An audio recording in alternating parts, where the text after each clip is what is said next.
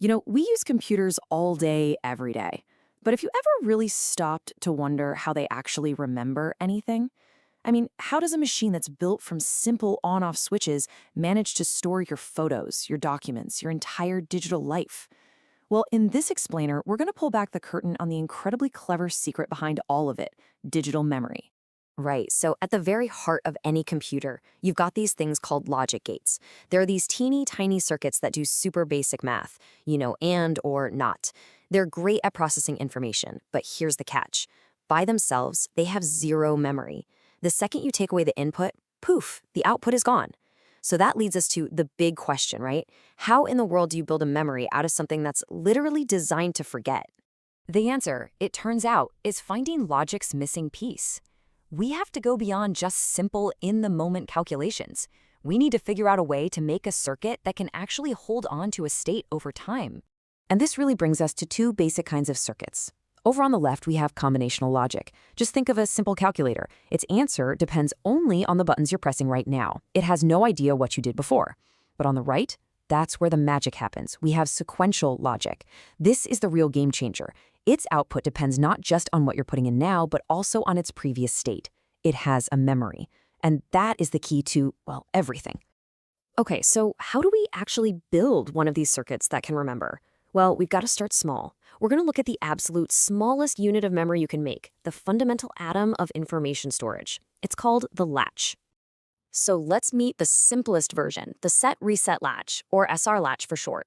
Its entire job, its whole purpose in life, is to store a single solitary bit of information, a 1 or a 0. That's it. It's a 1-bit memory, and it is the foundation for pretty much everything else. Now, what makes this little guy work is a really cool physical property called bistability. I know, it's a fancy word, but it's for a super simple idea. The circuit has two and only two stable states that it likes to be in. It will just sit there, happy as can be, in either state, let's call them 0 and 1, forever until a new input comes along and tells it to flip. That ability to just stay put, that is the essence of memory. So how is this little magic trick achieved? Through a brilliant piece of engineering, a feedback loop. Let's just walk through it. First, you take two NOR gates and you cross-couple them. You feed their outputs right back into each other's inputs. Then you give a quick pulse to the set input. That pulse forces the main output, which we call Q, to become a 1. And now for the crucial part, step 4. That 1 on the output feeds back into the other gate, locking the whole circuit in place. It holds that 1 even after the pulse you sent is long gone. It is now latched. This clever setup gives the SR latch a really unique truth table. Check out that top row. That's the magic right there. When both set and reset are 0, the output just holds on to whatever it was before. That's the memory. A 1 on set makes the output a 1. A 1 on reset makes it a 0. Simple enough. But look at that last row. What happens if you try to set and reset at the same time? Well, that's an illegal state. You're basically telling the circuit to be both on and off simultaneously, and it just can't handle that contradiction. Now, I know this might all seem a little abstract, but the latch actually solves a very common, very real-world problem in electronics called switch bounce. You see, when you press a physical button, the metal contacts inside don't just connect cleanly once. They actually bounce a little, creating this messy storm of on-off signals. To a fast computer, that looks like you mashed the button a dozen times. This is where the SR latch is a hero. It reacts to the very first pulse, latches into the on state, and then completely ignores all the noisy bounces that come after. It turns that messy input into one perfect, clean signal. Okay, great. We can store 1 bit. That's a huge step. But it's not super useful on its own. To store real information, like numbers or instructions, we need to handle groups of bits. And that brings us to our next level up, registers. So what's a register? It's actually pretty simple. It's just a bunch of latches all grouped together, designed to work as a team. Their whole job is to store what's called a multi-bit word, basically a chunk of data, like a number, that the computer needs to treat as a single unit. And the way they're built is just, it's beautiful. It's so elegant. You don't have to design a massive, complex 32-bit circuit from scratch. Nope.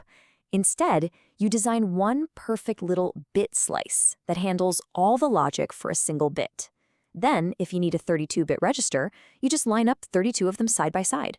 It's incredibly scalable and efficient. A good register has a few superpowers. It can load a new value from the outside, it can hold its current value so nothing changes, and this is the really interesting one for our next point, it can shift all of its bits one spot to the left or to the right. So what's the big deal about that shift function? I mean, it's more than just shuffling bits around. It's actually a secret mathematical shortcut. Let's take a look with the number 3. In a 4-bit system, the number 3 is 0011. Now just watch what happens when we do a left shift. This incredibly simple action of just moving the bits over has this powerful side effect. A left shift in binary is exactly the same as multiplying by 2. It's just like in our normal decimal system. If you have the number 38 and you add a 0 to the end, you get 380. You just multiplied it by 10. Same idea. And there's the result. We shift the bits left, pop a 0 in on the right, and 0111 becomes 0110. And what's that in decimal? It's 6. Exactly 3 times 2. This shifting trick is one of the fundamental reasons computer math can be so blazing fast. All right, so we can store data, and we can even do some basic math with it just by shifting it around. So what's the next logical step? We need circuits that can step through a sequence all on their own. In other words, let's build a circuit that knows how to count. You know, the absolute best way to understand how a binary counter works is with this awesome analogy. It works exactly like the odometer in your car. Think about it. A number on the odometer only rolls over to the next digit when all the numbers to its right are already 9s. Well, counting in binary uses the exact same idea, just with 1s instead of 9s. A counter is just a chain of these memory bits. The bit on the far right, the 1s place, it flips on every single clock pulse. 0, 1, 0, 1, back and forth. But every other bit follows one beautifully simple rule. It only flips when all the bits to its right are 1. It is the perfect binary version of watching 99 roll over to 100. Such a simple rule, but it creates a perfect sequential count. So let's zoom all the way out. We've gone from a single bit to multi-bit words, and now to circuits that can count. How does all this connect to the gigabytes of memory sitting in your computer right now? If there's one thing to take away from all of this, it's this. The entire, vast, complex architecture of modern computer memory, from the cache in your processor to the RAM on your motherboard, it all starts with that one simple, incredibly clever idea: a feedback loop between 2 logic gates. We've seen the whole pyramid build up, right? It starts with the latch, storing just 1 bit. We group those into registers to store whole words. We chain them together to make counters that can keep track of sequences. And finally, by arranging literally millions and billions of these simple circuits into huge arrays, we get the random access memory, the RAM, that powers our entire digital world. And that really leaves us with a final, fascinating thought. If memory, something we think of as being so fundamental, so complex, can really just emerge from 2 simple logic gates feeding back on each other, what else can be built from these simple, clever arrangements? What other amazing behaviors are just waiting to be discovered, all starting from these humble beginnings? Thanks for watching.